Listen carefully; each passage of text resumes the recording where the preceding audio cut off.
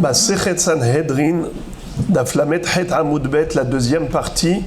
On va commencer à partir de la parenthèse qui est en haut de la page. Voyez-vous, il y a une parenthèse. Sha'a, Basof, Arami, Siman. C'est un mnémotechnique pour se souvenir des sujets qu'on va étudier maintenant.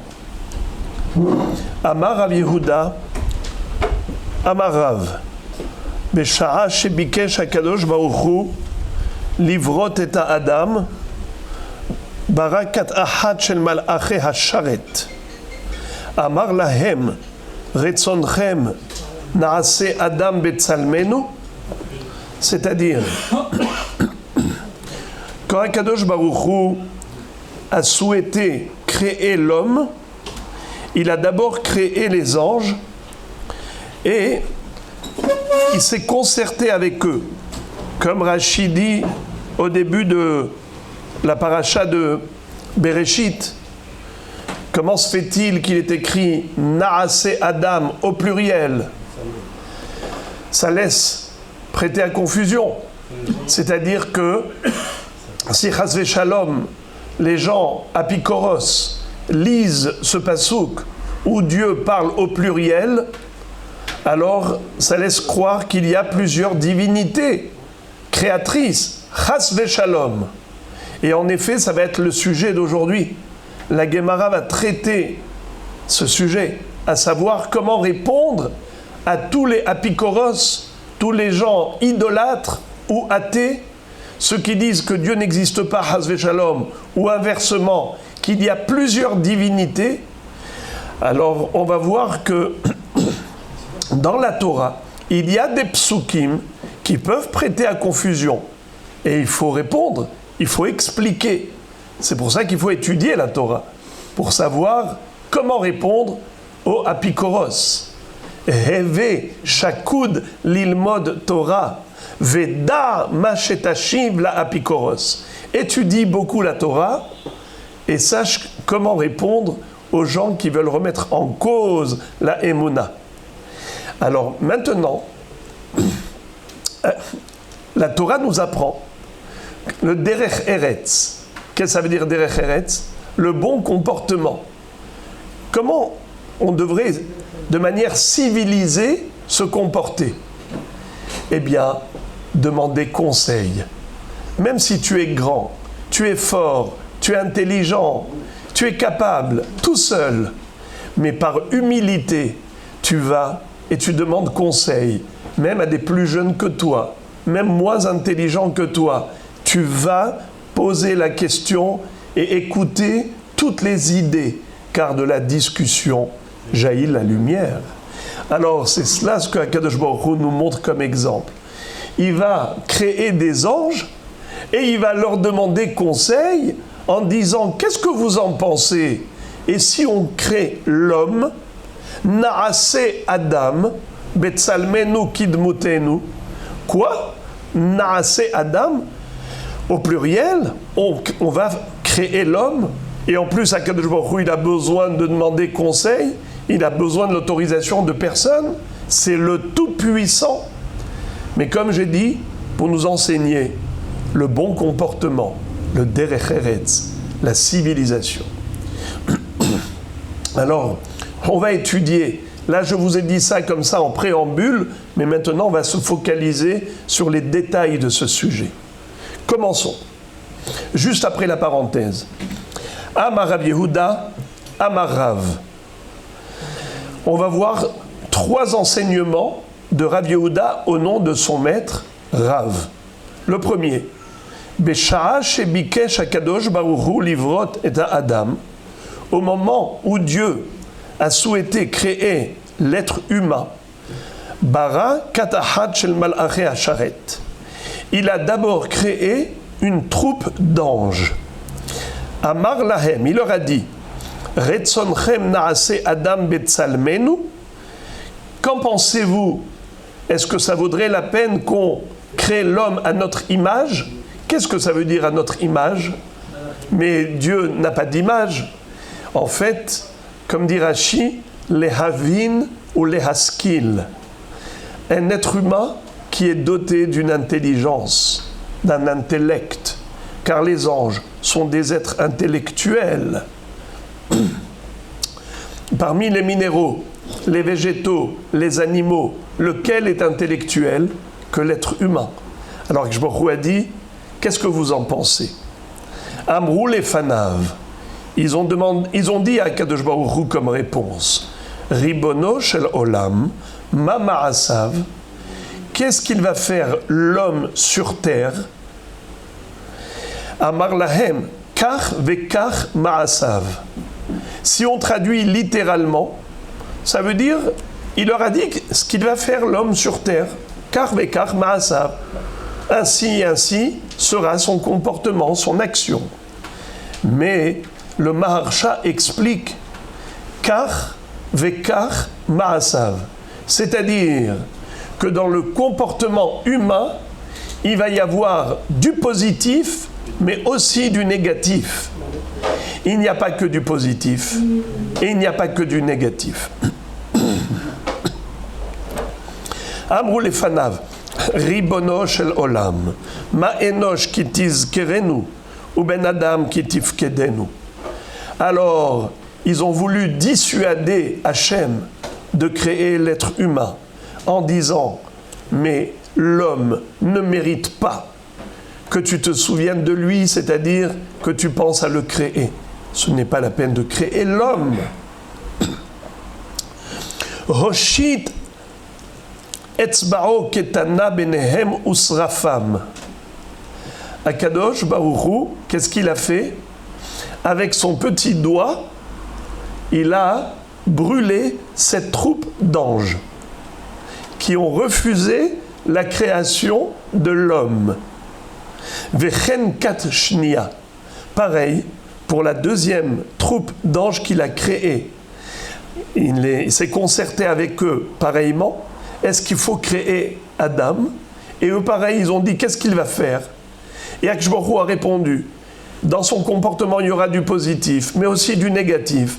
Alors ils ont dit, s'il y a du négatif, il ne mérite pas d'être créé. Alors pareillement, Akadosh Baruch Hu, avec son petit doigt, il les a brûlés. Vous allez voir un pirouche extraordinaire du Maharsha qui explique qu'est-ce que ça veut dire qu'il les a brûlés avec le petit doigt. Qu'est-ce que ça veut dire? On va voir quelque chose d'extrêmement beau. Mais on va d'abord étudier la Gemara pour comprendre la beauté du Chidouche du Maharsha. Kat Shelishit, il a créé une troisième troupe d'anges et il les a questionnés, il les a consultés pareillement. Amrou les fanav, ceux-là ils ont répondu autrement. Ils ont dit Ribono shel olam, rishonim amrou lefanecha, ma ho'ilu. Maître du monde, les premiers anges, quand ils ont exprimé leur opinion, eh bien, puisque c'était contraire à ta volonté, qu'est-ce qu'ils ont gagné? Au contraire, ils ont disparu. Alors nous, on ne va pas maintenant remettre en cause ta volonté. Kol ha'olam kulo shelchahu, le monde tout entier t'appartient. Kol ma she'ata rotze la'asot be'olamecha ha'aseh. Tout ce que tu veux faire dans ton monde, fais-le. Kevan she'igia le'anshe dor ha'mabul ve'anshe dor ha'palaga shema'asehen mekulkalin amru lefanav ribono shel olam lo yafe amru harishonim lefanecha.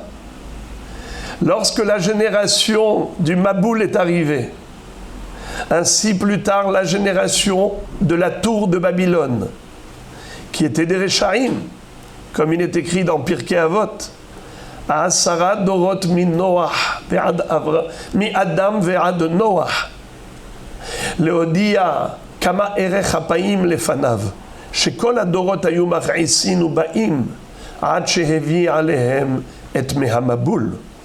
Asara dorot mi Noach ve'ad Avraham להודיע כמה ערך הפעים לפניו שכל הדורות היו מכעיסין ובאים עד שבא אברהם אבינו Venatal sechar kulam. Leodia hibato shel Avraham Avinu. Shenatal sechar kulam. C'est-à-dire, que Baruch Hu est d'une patience incroyable. Il a attendu 10 générations avant d'envoyer le Maboul. Et 10 générations de Noach jusqu'à Abraham. Abraham a été contemporain de la tour de Babylone, puisque qui était le roi à cette époque qui a dirigé les travaux de la tour de Babylone? C'était Nimrod.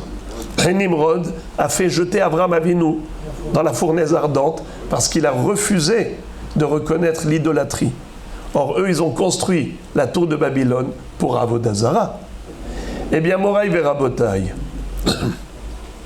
Akadosh Baruch Hu, quand le Dor HaMaboul est arrivé, les anges lui ont dit, tu vois, Hachem, ils avaient raison, les Malachim qui refusaient la création de l'homme, car finalement, tu vois une génération entière de Rechaim, Dor HaMaboul, une génération entière de Rechaim, Dor HaPalaga, à part Noah, à part Avraham Avinu, mais sinon, eh bien, Akadosh Baruch Hu va dire, malgré tout, j'ai décidé de créer l'homme parce que l'être humain a quelque chose que même les anges n'ont pas.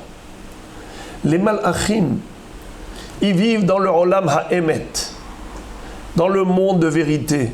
Il n'y a pas d'Yetzerara, il n'y a pas d'épreuve, il n'y a pas d'effort à fournir, il n'y a aucune difficulté pour servir Dieu. Ils sont là, les Malachim, à la disposition d'Akadosh Baruch Hu. Ils sont là pour le servir en permanence, pour lui chanter des louanges tout le temps. Mais l'être humain, c'est vrai, il a un Yetzirah qui est très fort. C'est vrai, il y a beaucoup d'écarts. Mais lorsqu'il fait quelque chose de bien, même le peu de bien valait la peine de créer tout le monde pour ça.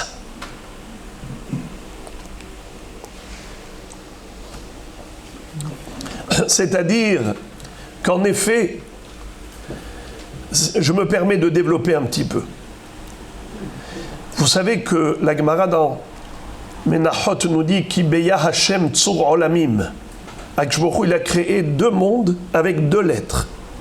Avec la lettre Yud et la lettre He de son nom, il a créé 2 olamim. Olam hazé et Olam haba. Le Olam haba avec la lettre Yud et le Olam hazé avec la lettre He. Pourquoi Olam haba avec la lettre Yud? C'est pour dire, de même que la lettre Yud est la plus petite de l'alphabet hébraïque, ainsi dans le Olam haba, peu nombreux sont les tzadikim. Pourquoi le Olam hazé avec la lettre He? Les fiches à Olam hazé, les Achsadra ou Domé. Lomar, chez Kol HaRotze, la Tzet, les Tarbut Ra'a, Yetze.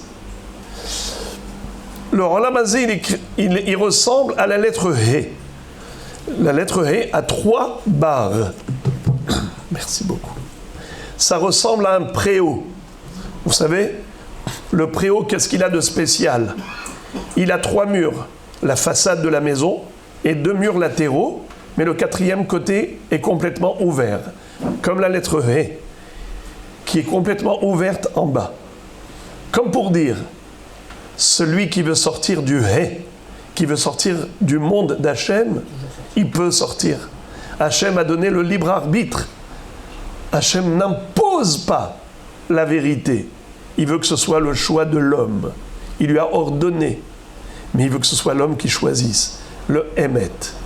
Et en effet, celui qui veut choisir le mauvais chemin, il le peut à tout moment. C'est pour cela que Akadosh Baruch Hu a quand même laissé une petite ouverture dans la lettre He, cette petite fenêtre pour dire celui qui veut faire teshuva peut retourner dans le He. Le peu de bien que l'homme fait, ça contrebalance tout le mal qu'il peut faire. Car le peu de bien qu'on peut faire, ce sont des petites étincelles qui éclairent la grande obscurité du monde. Puisqu'on a Yetzerara, alors on a tendance naturelle à chuter, à tomber dans la lettre He, la partie ouverte, c'est en bas. Pour rester dans le hé, il faut s'accrocher, il faut s'agripper. C'est pour cela que Baruch Hu va dire, je voulais créer l'homme. Et regardez la patience d'Akadosh Baruch Hu. Baruch Hu va dire, c'est un passouk de Ishaïa, Ve'ad zikna anihu, ve'ad seva ani esbol. Qu'est-ce que ça veut dire? Akadosh Baruch Hu dit, oui, moi j'ai la patience. Ani esbol, ani esav amalet. Amar Rabbi Yehuda Amarav, Adam Arishon, misof ha'olam ve'ad sofo haya. Shene'emar, lemin hayom asher bara Elohim Adam ala haaretz, ulmiktzeh hashamayim ve'ad ketzeh hashamayim. Kevan shesarach, הניח הקדוש ברוך הוא ידו עליו ומיעתו, שנאמר, אחור וקדם צרתני ותשת עלי כפיך. Qu'est-ce que ça veut dire? Adam Arishon, au début, quand Hachem l'a créé, il avait la taille d'un bout du monde à l'autre. Ça veut dire la taille du firmament, de l'est à l'ouest. Si on mesure la taille du firmament, du ciel, miktseh hashamayim, les miktseh hashamayim ve'ad ketzeh hashamayim, les minayom asher bara Elokim Adam ala haaretz. Mais après la faute, Akadosh Baruch Hu l'a rapetissé. Il a mis sa main dessus et il a rapetissé. Dans le Midrash, il est écrit que même après avoir été rapetissé, il mesurait quand même 100 coudées de hauteur. Mea Amma. Amar Rabbi Elazar. Alors, il y a ceux qui expliquent, on va tout de suite développer un petit peu ce sujet. Kashuk Krae Ahadade. La Gemara pose une contradiction des psukim. Elle dit, d'une part, il est écrit que, en effet, il était grand comme le ciel, d'un bout à l'autre. Mais Amar Rabbi Elazar Adam Arishon min haaretz ad laraki haya. La taille de Adam Arishon, c'était qu'il était depuis la terre jusqu'au ciel. Ça veut dire que sa tête touchait le ciel. Shene'emar lemin hayom asher bara Elokim Adam ala haaretz ulmiktzeh hashamayim. Kevan shesarach הניח הקדוש ברוך הוא ידו עליו ומיעתו, שנאמר, אחור וקדם צרתני ותשת עלי כפיך. נכון? הקדוש ברוך הוא, tu as mis sur ma tête ta main et tu m'as rapetissé. Alors il y a une contradiction, Kashukra et Hadadé, parce qu'une fois tu dis qu'il est aussi grand que d'un bout du ciel à l'autre, et après tu me dis qu'il est aussi grand que de la terre au ciel.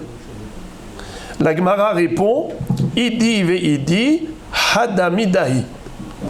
Ces deux tailles, c'est exactement pareil. Ça veut dire que entre le ciel et la terre, c'est la même distance, c'est la même mesure que la longueur du ciel lui-même. Est-ce que le ciel a une limite? Je vous pose la question, répondez par oui ou par non. Tous répondez. Est-ce que le ciel a une limite? Oui ou non? Non. Non, pas de limite. Alors, regardez la Gemara dans Masechet Hagiga Daf Yudbet. La Gemara dit Hayu hashamayim holchim umitrahavim kishte pakayot shel sheti ad shega'ar bahem hakadosh baruch hu shenemar amude shamayim yerufafu miga'arato itmahu. Baruch hu, il leur a dit Daï, car le ciel allait en s'étendant, Akadosh Baruch Hu a dit stop. Et c'est pour cela qu'Akadosh Baruch Hu s'appelle Shaddai. Chez Amar les Olamo Dai. Non, extension. La largeur et la longueur du ciel, la surface du ciel, ça allait dans une extension, nos limites, et Akadosh Baruch Hu a limité. Il a dit, il faut une limite au ciel. Et c'est pour ça qu'il porte le nom de Shaddai, chez Amar les Olamo Dai. D'accord, donc, quand on nous dit que Adam Arishon avait la taille du ciel, ou bien qu'il avait la taille comme de la terre au ciel, la Gemara nous dit que les deux, c'est la même taille. Mais maintenant, et qu'est-ce que ça veut dire qu'après la faute, Akshbochou la rapetissime? En fait, l'explication des commentateurs est la suivante. La grandeur de Adam Arishon n'était pas que physique, elle était au niveau intellectuel. Ça veut dire qu'il avait une capacité de comprendre le monde, d'appréhender tout le cosmos. Il était d'un niveau intellectuel tel qu'il pouvait comprendre et connaître la profondeur de la nature qu'Akadosh Baruch Hu a créée, comme on a expliqué hier, qu'il a donné un nom à chaque créature. Et Akadosh Baruch Hu a dit au Malachim, vous êtes capable de ça? Non. Lui, oui. Et en quoi c'est important de donner des noms? On peut tous nommer les choses, un verre, une bouteille, quel est le problème? Non. En hébreu, le nom, c'est le sens et l'essence de l'objet ou de la personne en question. Cette chokhma qu'avait Adam Arishon, c'est de pouvoir pénétrer les mystères de la création de bout en bout, de haut en bas et dans la longueur et la largeur, à tous les niveaux. Rien ne lui échappait. Ça, c'était avant la faute. Car son corps brillait comme la Neshama. Chachamim nous disent que le talon de Adam Arishon pouvait mettre le soleil à l'ombre. Le soleil pouvait aller se cacher à côté de la lumière du talon de Adam Arishon. Quand il était avant la faute, sa Neshama transparaissait au travers du corps. Comme Moshe Rabbeinu, quand il est descendu et qu'il avait un visage rayonnant, lumineux. C'est quoi ces rayons de lumière? C'est que la Neshama, désormais, elle arrivait à apparaître et à refléter via le corps. Le corps ne faisait plus écran. Ça, c'était Adam Arishon avant la faute. Il n'y avait aucun écran entre le corps et la Neshama. C'est pour ça qu'il n'avait pas besoin de vêtements, pas besoin d'habits. C'est comme un ange. Avant de continuer, je voudrais vous faire part du pirouche du Maharsha par rapport à ce qu'on avait dit tout à l'heure. Quand Akadosh Baruch Hu a consulté les anges, il a d'abord consulté une première troupe d'anges. Il leur a dit, est-ce qu'on crée l'homme? Et quand ils ont demandé, mais qu'est-ce qu'il va faire l'être humain? Et Hachem va dire, kar vekar ma'asav. Et le Maharsha a expliqué, kar vekar, ça veut dire qu'il va y avoir dans le comportement humain des choses positives, mais aussi des choses négatives. Alors eux, ils ont dit, à cause du négatif, ça ne vaut pas la peine de le créer. Pareil, la deuxième... Alors qu'est-ce qu'Akadosh Baruch Hu a fait? Il les a brûlés avec son petit doigt. Ensuite, deuxième troupe d'anges, pareil. Il les a brûlés avec son petit doigt, parce qu'eux aussi ont voulu dissuader Akadosh Baruch Hu de créer l'être humain. Troisième troupe d'anges, ils ont dit à Akadosh Baruch Hu, c'est toi le maître du monde, c'est toi qui décides, nous on n'a rien à te dire. Et en effet, il a créé Adam. Alors, d'autre part, il est dit comme ça, que Akadosh Baruch Hu a créé différentes catégories d'anges. Les malachim de Chesed, les malachim de Shalom, les malachim de Emet. Il y a le Emet, le Shalom et le Chesed et le Tzedek, la Tzedaka. C'est un pasuk dans Tehillim.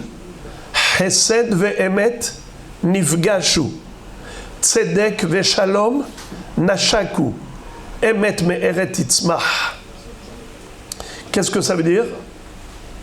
Akadosh Baruch Hu, il demande aux malachim du Shalom, est-ce qu'il faut créer l'homme? Ils disent surtout pas. C'est un être qui se dispute toute la journée. Il cherche des occasions de se disputer.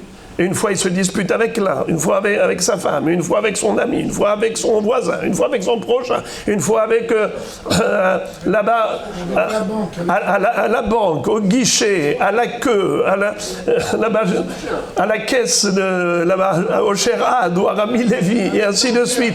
À quel moment il ne trouve pas une bonne raison pour se prendre de bec avec quiconque? Il faut bien trouver un coupable dans sa vie. Ok, alors, kuloktata, c'est que des disputes cet homme. Alors il ne vaut pas la peine d'être créé. Ça, c'est qui a dit ça? Malaché Shalom. Il y a ceux qui sont Malaché Chesed.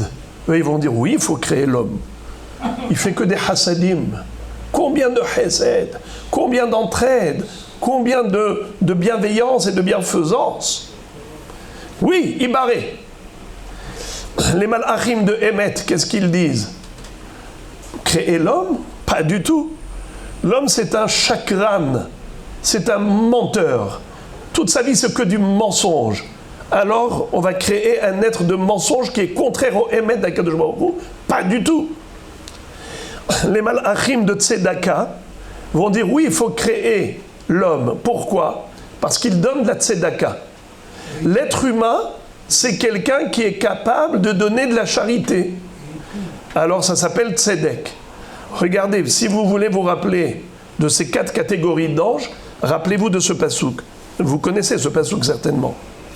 Chesed ve'emet nifgashu, tzedek ve'shalom nashaku. Alors, Chesed, Emet, Tzedek, Tzedaka et Shalom. Akadosh Baruch Hu, qu'est-ce qu'il a fait? Il les a brûlés avec son petit doigt. Qu'est-ce que ça veut dire, son petit doigt?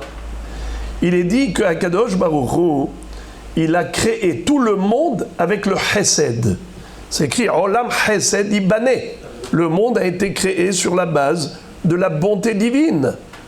C'est pour cela d'ailleurs que pendant 26 générations où il n'y avait pas encore de Torah dans le monde, comment le monde y tenait sans Torah?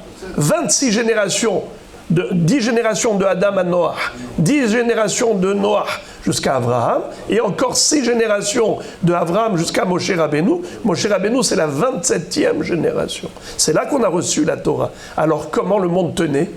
Il y a écrit 26 fois qu'il est Olam Hasdo. Hodul Adonai Kitov, qu'il est Olam Hasdo. Hodul Elohea Elohim, qu'il est Olam Hasdo. 26 fois. Olam, Chesed, Ibané. Le monde, il tient sur le Chesed. Alors, quand Akadosh Baruch Hu, il a créé le monde, comment il a créé? Avec ses doigts, si on peut ainsi dire. Parce que ça n'existe pas chez Akadosh Baruch Hu, un corps ou une forme de corps. Mais dans la Torah, on nous parle avec un langage humain. Dibra Torah Kelashon Bene Adam. On parle de la main de Dieu, du regard de Dieu, on parle du bras Yadon et Touya. Et on parle aussi du doigt. Par exemple, qu'est-ce qu'ils ont dit les Mechashfim, n'est-ce pas? Qu'est-ce qu'ils ont dit à Paro? Etzba Elohimhi, à la Makkah de Kinim, à la 3e plaie. Il y a un passouk qui dit Kier e shamecha, maase etzbeotecha, yareach bekochavim asher konanta. C'est un passouk qu'on récite avant Birkat Alevana.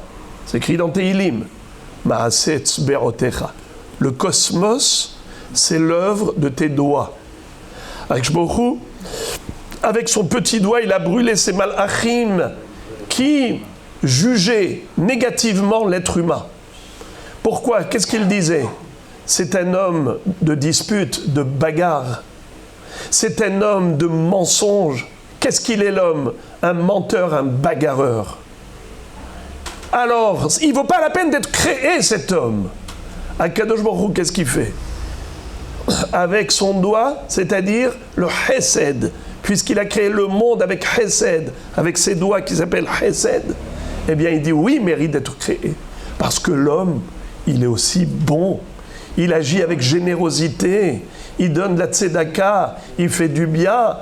Alors, il y a un midrash qui dit que Hishlich Mishamaim Eret Israël. Emet, mais Eret Titzmach. Il a envoyé le Emet sur terre pour dire, maintenant, il y a une majorité là-haut, Chesed et Tzedaka, contre le shalom, al-aché shalom. Ils disent que l'homme n'est pas un être de shalom, et c'est comme ça qu'on a une majorité qui a voté pour la création de l'être humain. Adam Arishon fut créé désormais. Nous sommes là. Alors, Rabotai, juste pour comprendre la suite. Adam Arishon, il est dit de lui qu'il a vu dans un genre de film que Akadosh Baruch Hu lui a montré le déroulement des générations.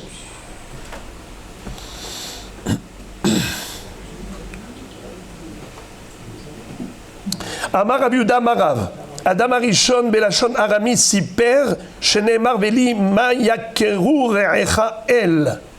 Qu'est-ce que ça veut dire?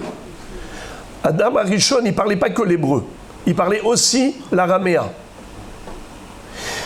Il a dit, maître du monde, j'ai beau comprendre, j'ai beau approfondir, mais je n'arrive pas à comprendre les raisons de tous tes agissements, de tous tes comportements, de toutes tes décisions, toi, ô Hachem.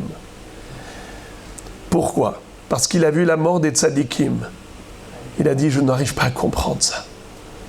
Pourquoi les tzadikim souffrent? Pourquoi les rechaim profitent? Veli mayakru re'echa el.